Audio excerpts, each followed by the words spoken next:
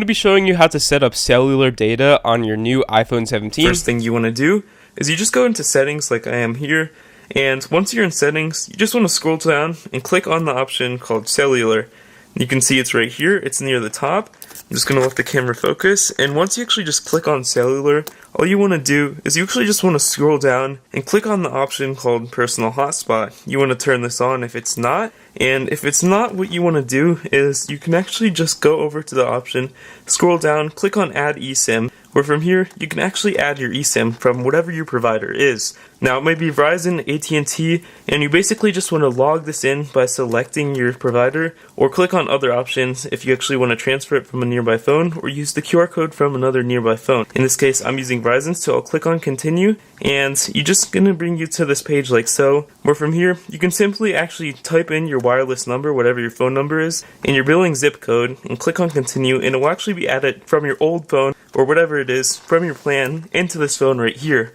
And that's how you set up the eSIM or cellular on your iPhone.